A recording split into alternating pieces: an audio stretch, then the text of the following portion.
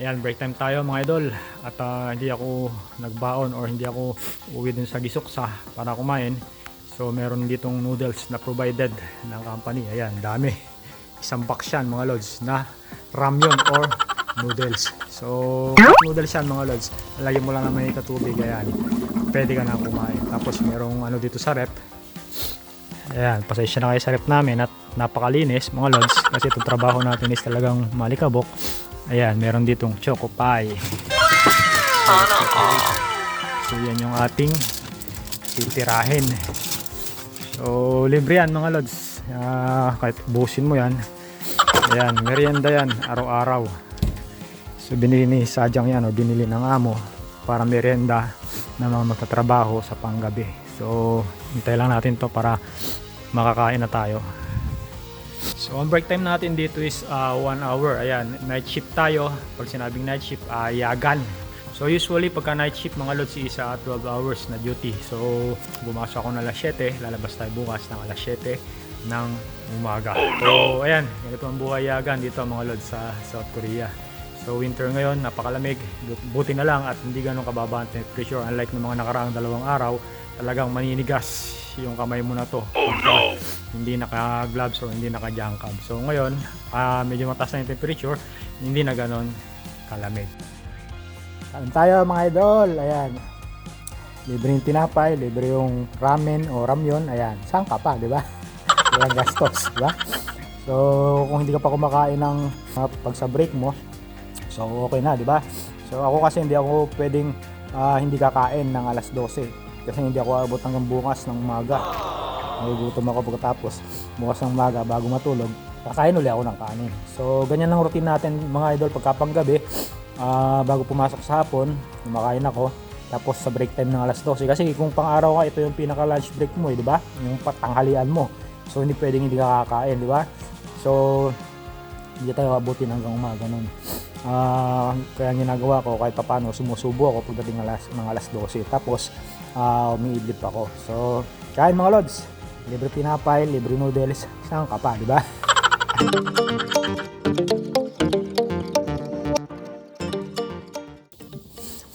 Libre rin ng kape dito mga lods. Ayan o, ayun nasa taas. Ayan o, may water dispenser dyan, may mainit na tubig na agad. Only kape. Pero take note mga lods, hindi lahat ganyan na. Meron din mga company dito na barak. Ibig sabihin, wala man lang palibreng kape, kanya-kanyang kape. So itong napuntahan natin, although maliit na company, hindi naman nagpapabaya yung amo kasi alam niya naman na medyo mahirap din ang trabaho ng panggabi. So hindi siya nagpapabaya sa merenda na katulad nito, mga pagkain. At higit sa lahat, katulad nitong winter mga lods, share ko na rin sa inyo.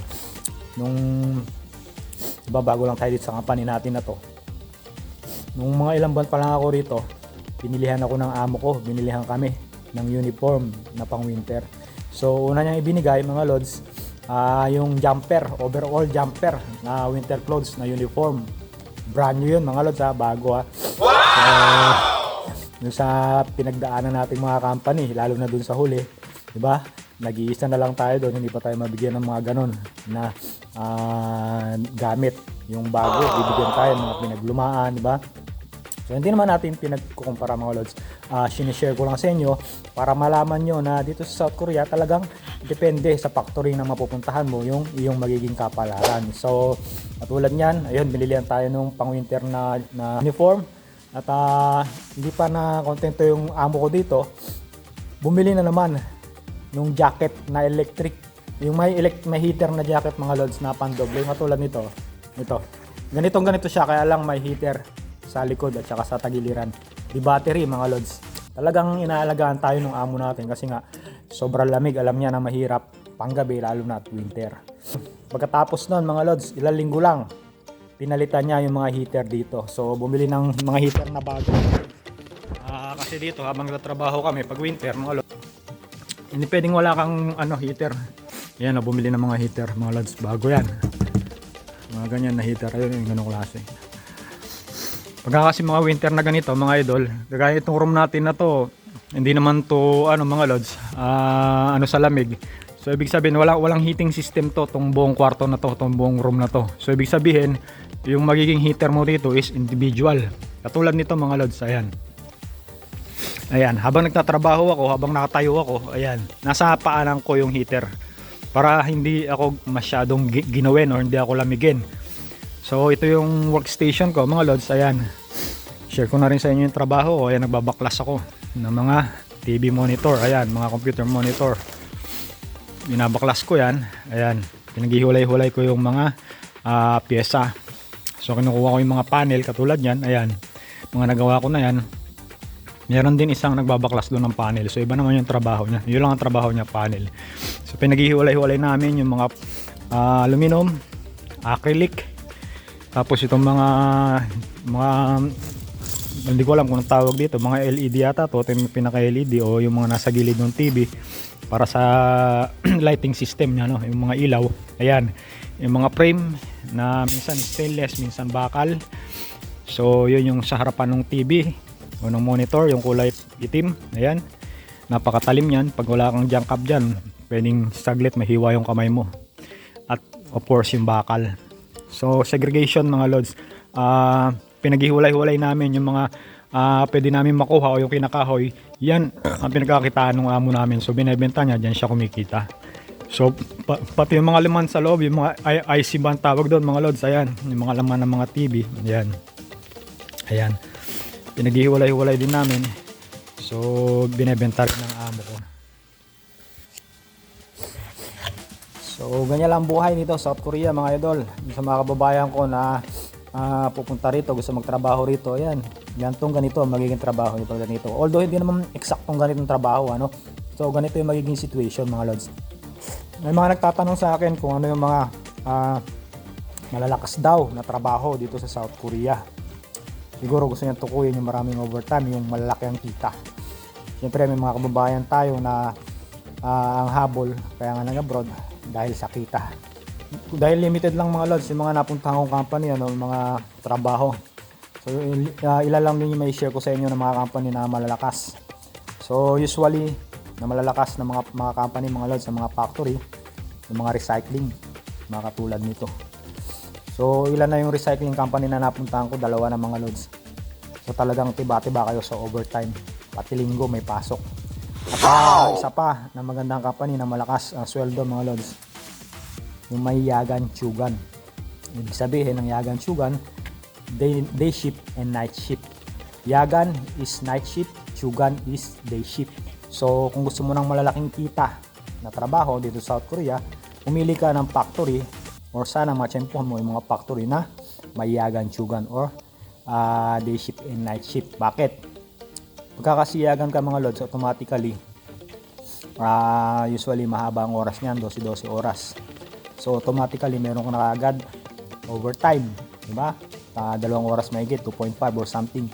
Katapos meron ka pang night differential, di ba? So kung sa isang buwan diretso kang yagan, halimbawa diretso kang panggabi, napakalaki na sasahurin mo. Meron tayong mga tropa na umaabot ng 4 million ng sweldo. Isang buwan diretsong yagan, diretsong panggabi, o minsan mahigit pa. Nasubukan ko rin yan na diretsong panggabi mga lods. Sa loob ng isang buwan, sumahod ako ng 4 million plus. Diba? So, sa mga naghahanap ng malalakas na kita na trabaho dito sa South Korea, ayan, share ko sa inyo yung tip. Maghanap kayo ng factory na Yagan Chugan, pang araw at pang gabi. Ako lang mag-isa rito mga lods. Mga kasama ko nandun sa kabilang building, dalawang building ng amo ko na pinagtatrabahuhan. Sa akin dito baklasan, doon sa kanila komsahan. Kung sinabing komsahan, yung i-kukyusi mo yung mga product, ito itong mga kinakalas ko dinadala doon, yung mga plastic kinukomsa nila, tinatanggal yung mga bakal, mga tape na yan, kasi doon sa kabila gigilingin na nila yung mga plastic na ginagawa namin dito. So doon sa kabila ang finished product. So doon sila marami. So ngayon dito sa pwesto ko, ako lang mag-isa. So minsan nakakarinig ako rito ng parang may naglalakad. Ayan. Parang may sumasalok ng tubig kahit ako lang mag-isa. Ayan.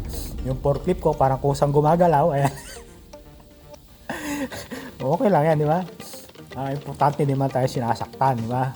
Ang takot nasa isip lang natin yan eh. Huwag mong isipin. Pero minsan hindi ko maiwasan na iniisipin. Nangingilabot ako pag ako lang mag-isa. Tingin ako ng tingin sa likod habang nagtatrabaho. Diba? Share ko na rin sa inyo mga lods. Yung lakad ko nung nakaraang linggo. So pumunta kasi tayo sa Seoul mga lods para ayusin yung bangko ko. So meron lang akong inayos na konti. So share ko sa inyo yung experience natin. Nakakatuwa kasi dun sa bangko mga lods, meron tayong dalawang kaibigan na nakakilala sa atin, di ba? So shoutout natin, mega loud shoutout yung mga tropa natin, mga kaibigan natin na si Dexter, ayan, from Cavite, at si Noriel, ayan, from Laguna. So yes guys, it's me Marlon, just for Fun TV. Welcome sa ating YouTube channel. So ayan mga lods, nandito tayo sa Seoul, dito sa Kebhana, ayan. So hindi natin inaasahan, meron tayong na-meet na mga kababayan natin dito, tropa, ayan. Sa Pilipinas pa lang daw, nanonood na sila. So pakilala ko sa inyo, mga tropa natin, ayan. Pangalan mo? Dexter. From Cavite. From Cavite. So Padyo siya rito napunta, ayan mga lods. Mag-isang taon na sila rito. So si tropa natin, Noriel from Laguna. So ayan, mga magkasama kami sa trabaho. Magkasama sa trabaho. So mag-isang taon na sila rito. Mag-isang taon pa lang. Isang taon na. Ano kayo dumating? December? Isang taon na October. So ayan. Isang taon na mahigit. Tapos ang napuntahan nilang company, practicing paggawa ng mga pagkain. So ilang kayo Pinoy doon? Bali, apat. Magkakabats kayo. Yung unang dating nyo, wala talagang Pinoy. Wala. Pagdating nyo lang. First time nag-learn ng Puro Vietnam. Puro Vietnam na wala. Chinese. So, ayan. Nakakatuwa mga lods. Pagpila ko dito kanina, nakakilala nila tayo. So, although kahit hindi na tayo masyado nagbablog, ayan. May mga kababayan pa rin tayo nakakilala sa atin. So, yung company na napuntahan nila, food processing, tapos masyadong open. Minsan, Sulpot. Ayan, ano lang yung oto nila. So, ibig sabihin, ayan, yung mga misis, yung mga asawa na kayo. Ayan, yung mga misis dyan na nakakapanood, ayan, hindi lahat dito sa Korea, malaki ang sahod. So, kagaya ng mga kaibigan natin, ayan, basic lang, sinasahod, di ba? So, kung ang basic dito, sabihin na natin 2.1, tapos, may mga kaltas pa yan, syempre, lalo na kung kinakaltasan pa ng bahay o yung bisuksan na tinatawag, di ba? Sa kanila, wala, no? Libre sa kanila lahat. So, pati pagkain nila, minsan, kahit lunch lang ang libre sa kanila, parang libre na rin kasi yung sikdang, kapitbahay lang nila, yung restaurant, yung kainan. So, malaking bagay na rin, malaking tipid. At hindi katulad dun sa mga iba na basic lang ang sweldo, tapos binabayaran pa yung bahay, talagang konti lang ang natitira. So, ayan, sa mga misis dyan, pagka mahina yung kampanya na puntahan ng asawa nyo, ayan, huwag kayo mag-expect ng malaking sahod, ayan. Kasi basic lang yan, di ba? Tapos kakaltasan pa. So, ganyan dito sa Korea, hindi pare-parehas. Tsempuha lang talaga. Di ba? Mga taga-Padyo sila dito, mga lods. Sa Padyo sila napadpad. Medyo malayo dito sa atin. Boundary na yun ng North and South Korea. So, isang taon, mahigit na sila dito sa South Korea. At yun nga, nabanggit ko dun sa video na nabanggit nila dun sa video na yung factory nila mga lods, so yung napuntahan nila is hindi masyado malakas ang overtime. So ibig sabihin ang sweldo nila is basic lang. So kung 2.1 ang basic, yun lang ang sahod nila, tapos less pa yung mga cookmen, mga insurance at kung ano-ano pa. So fortunately, libre ang bahay nila, walang bayad ang bahay. So isipin nyo, pag basic lang sahod mo, tapos may bayad pa yung bahay mo, ang minimum na kaltas dito sa bahay mga lods, sabihin natin na 50, pero madalang lang yung mga ganyan. Usually nag-average ng mga 150, 100 ganyan. At pag minalas-malas ka pa, katulad ng mga ibang tropa natin dyan sa Palta noong nakaraan, ang kaltas nila sa bahay 300, diba? Isang tao. So kung 2.1 ang basic mo, mababawasan ka ng bahay, insurance, so sabihin natin na mga 600, 1.5 na lang ang sahod mo. Tapos allowance mo pa, kano lang matitira sa'yo. So sabihin natin na makakalinis ka rin ng mga 60,000 pesos, 50. So kudos dyan sa dalawang kaibigan natin na yon, na si Dexter at si Noriel. although ganun kahina yung kanilang factory na basic lang sweldo, hindi sila nakakaisip na magpa-release. So, di ba? Sabi nga nung isa, si Dexter, sabi niya, buti ka ako, hindi ka nakakaisip na umalis na magpa-release na lumipat sa ibang company na medyo malakas. Sabi niya, okay na to, di ba? Sa Pilipinas, magkano lang naman sinasahod ko eh. Sabi niya, o di ba? Isipin niyo, di ba? Ibig sabihin, contented na siya kahit basic lang ang sahod. So, sample lang mga lods sa mga kababayan natin na talagang nagtsatsaga or kontento na sa mga sahod na katulad yan. Pero although siyempre hindi ko naman sinasabi na pare-parehas tayo ng siyempre may mga kababayan din tayo na ibang pangailangan, magkakaiba naman din tayo ng pangailangan, ng mga pangarap, mga plano sa buhay, di ba? So yung iba talagang naghahangad ng malaking sweldo. So nasa sa atin naman kung ano dito. Pero gusto ko lang i-share sa inyo na bilib ako sa dalawa na yun kasi nga dahil kahit na basic lang ang sweldo, nagtsatsaga sila sa factory nila. So, meron tayong mga kababayan. Meron ako mga nakakausap minsan na aspirant pa lang, nasa Pilipinas pa lang.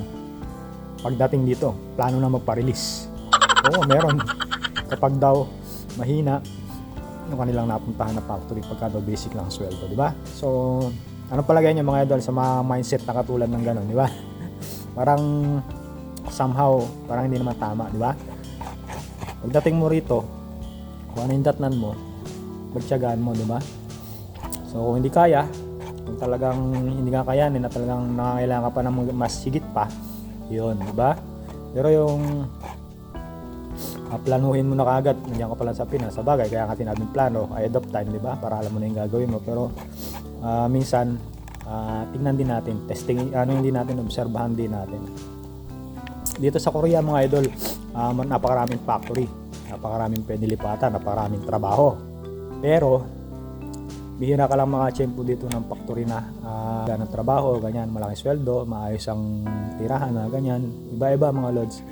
Minsan, maganda ang sweldo, marami ang overtime, tapos yung mga kasama mo sa trabaho naman o yung amo mo, mga bully, ganyan, o sinisigawan kami ng mura ka, palagi mga ganun.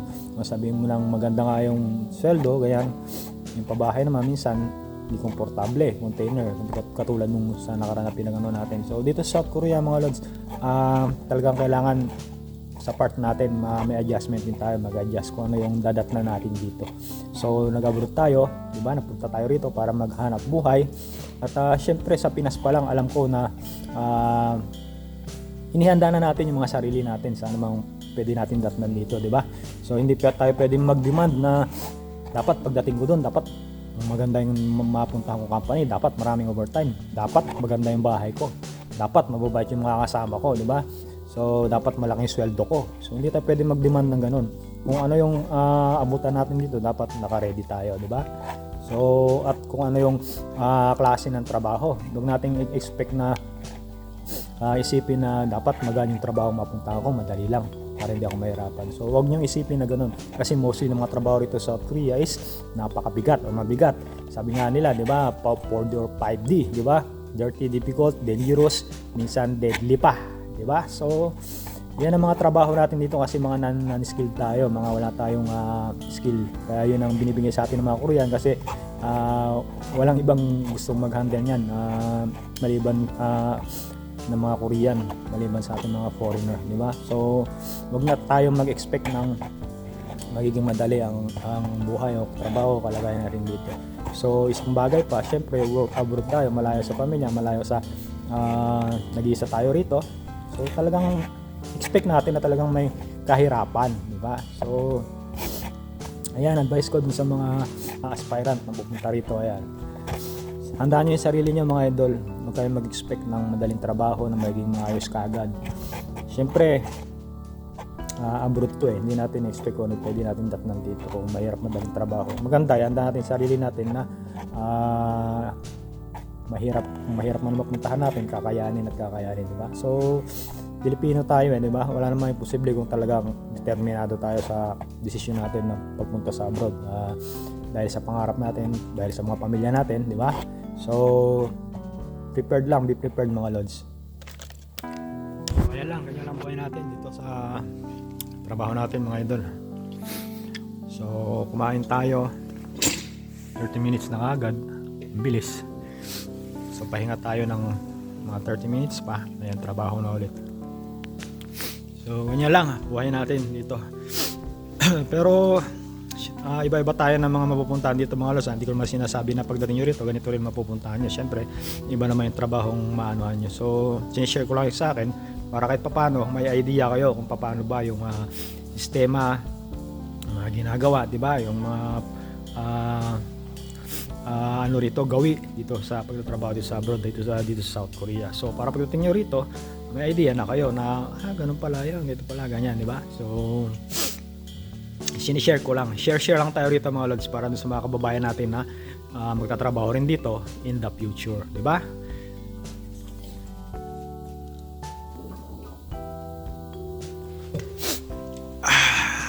May naalala ko mga lods, may nagpapa-shoutout rin pala yung isang kaibigan natin na nanonood din sa YouTube natin, si Idol Bami. Ayan, mega loud shoutout sa iyo lods.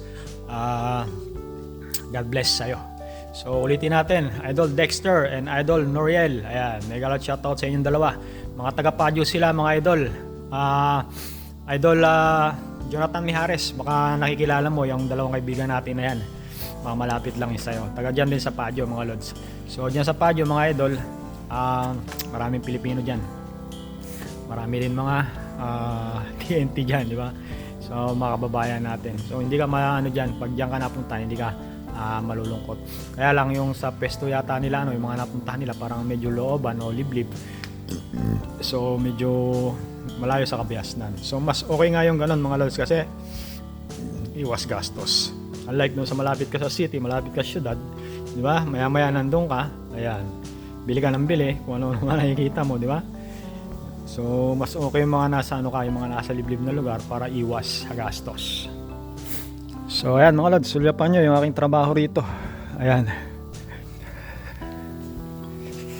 compressor, ayan, rep, microwave oven, water dispenser. Ayan, kompleto yung kailangan mo rito. Kape, aling na kape, may baso na dyan, paper cup, hindi ka namang problema, di ba? So ayan yung trabaho natin.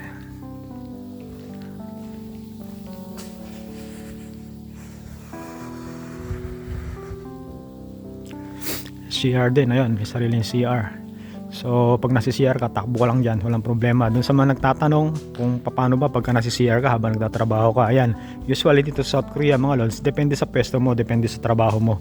Kung ang trabaho mo is makina, nagmamakina ka at hindi pwedeng iwanan, so pwede kang magtawag ng kasamaan mo. Halimbawa yung pudyang mo na Koreano, sabihin mo lang na mag-CR ka, ayan, sabihin mo lang na mag-CR ka, pwede ka niyang palitan habang nag-CR ka, habang umaandar yung makina mo. Kasi may mga makina dito na syempre yan, kung umaandar yung makina mo, hindi mo pwedeng iwanan, hindi ka basta-basta makatakbo ng CR. Pwede ka naman magpapalit sa mga kasama mo dun sa Koreano. Walang problema dito mga lods yung pag-CR, kahit na busy ang trabaho, basta na CR ka, takbo ka CR, walang problema, magpaalam ka lang. Yan lang mga idol, may share ko sa inyo ngayong araw. Ayan, buhay-buhay natin dito sa South Korea. Sa mga kaibigan natin na gusto magpunta rito, mga aspirant na mag-exam this year, ayan, galingan nyo mga idol. Balita ko yung exam ngayon is may kahirapan. So, kailangan nyo maghanda ng mabuti. So, aral-aral lang. Marami na nakarating dito, marami na tayong mga kababayan dito. Ibig sabihin, kung kaya nila, kaya mo rin, di ba? So, kaya yan. Para sa pangarap, sa pamilya. Fighting mga idol!